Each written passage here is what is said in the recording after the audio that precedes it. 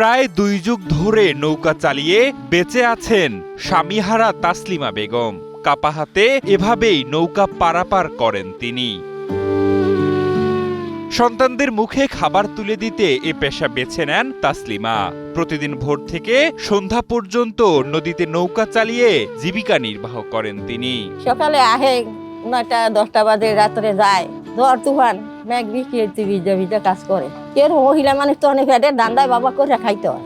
স্বামী হারানোর পর অনেকেই ভেঙে পড়েন, কিন্তু শরীয়তপুরের তাসলিমা বেগম হার মানেননি জীবনের কাছে। 4 সন্তানকে বাঁচাতে প্রায় 20 বছরেরও বেশি সময় ধরে তিনি বৈঠা হাতে নেমেছেন নদীর বুকে।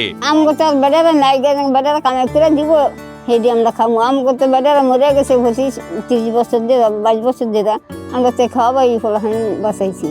গোসাইর হাটের নদী বেষ্টিত হাজিপাড়া গ্রামের এ নারী একসময় ছিলেন সাধারণ গৃহবধূ, কিন্তু স্বামীর মৃত্যুর পর সংসারের হাল ধরতে বেছে নেন পুরুষদের প্রচলিত পেশা নৌকায় যাত্রী পারাপার। যেসময় তুফান সারে বা বৃষ্টি হয়, এসম মিশিং চালায়, এসম ওই আফগান যায় না। এই যেসময় জলটা লাগবো, এসম মিশিং চালায় এভাবে পার করতে হয়। নদীতে নৌকা চালিয়ে মানুষ, কৃষিপণ্য ও মালামাল পারাপার করেন তাসলিমা। নদীর ঢেউ, ঝড় বৃষ্টি কিংবা সামাজিক বাধা কোনো কিছুই থামাতে পারেনি তাসলিমাকে। সে আল্লাহ যদি সাহায্য করে, সেটা হয়েছে সাহায্য। আরেকজনের সরকারের সাহায্য দেয়, হন্যা দেয়, ধন্যা দেয়, আমরা কিছুই হয় না। এই কাজে মানে মেম্বারে আমাকে করতে চাল দিয়েছে, কিনে নি আমি কইতেই পারবো না। পারিশ্রমিক হিসেবে কখনো পান টাকা, কখনো ফসল। সেই আয়ে চলছে তার সংসার, বড় হয়েছে সন্তানরা। আজ পুরো এলাকায় মানুষের কাছে তিনি নির্ভরতার আরেক নাম। তাসলিমা ভাই আমাদের এলাকার একজন সাধারণ মানুষ।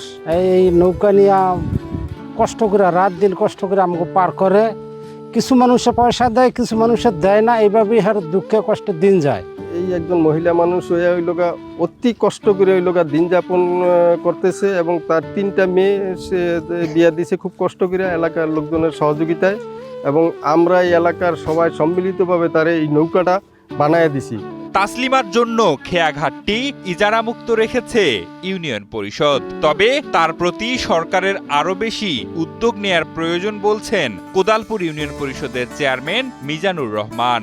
ইউনিয়ন পরিষদের মাধ্যমেই এই ঘাটটিকে আমরা ইজারা মুক্ত করে তাকে পারাপারের সুযোগ করে দিয়েছি। এলাকার মানুষও তার প্রতি সহানুভূতিশীল।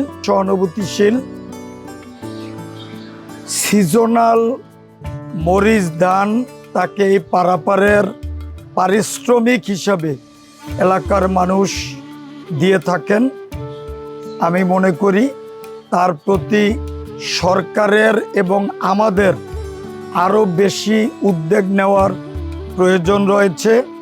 ভবিষ্যতে তার জন্য আরও কিছু করার চেষ্টা আমরা করব ইনশাল্লাহ।